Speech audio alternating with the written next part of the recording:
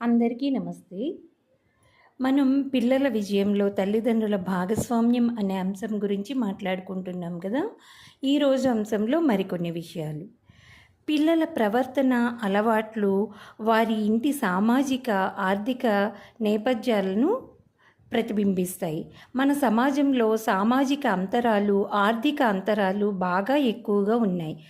మీ సామాజిక, ఆర్థిక నేపథ్యాలకు పూర్తి భిన్నమైన నేపథ్యాలు కలిగిన కుటుంబాల పిల్లలు చదివే పాఠశాలల్లో మీ పిల్లలను చేర్పిస్తే సర్దుబాటు సమస్యలు, ప్రవర్తనాపరమైన సమస్యలు తలెత్తుతాయి.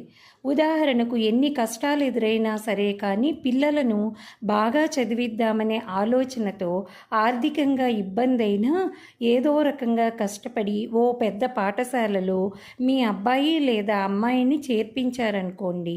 అక్కడి పిల్లల వేషభాషలు, అలవాట్లు, ప్రవర్తన వంటివి మీ అబ్బాయి లేదా అమ్మాయి వేషభాషలు, అలవాట్లు, ప్రవర్తనకు బాగా భిన్నంగా ఉండవచ్చు. అప్పుడు చదువు మాట అటుంచి పాఠశాల పట్ల ప్రతికూల అభిప్రాయాలు ఏర్పడే ప్రమాదం ఉంది. మానసికంగా ఒత్తిడికి గురై సరైన ప్రతిభ కనపరచకపోవచ్చు. అప్పుడు మీరు పడ్డ శ్రమ అంతా వృధా అయిపోతుంది.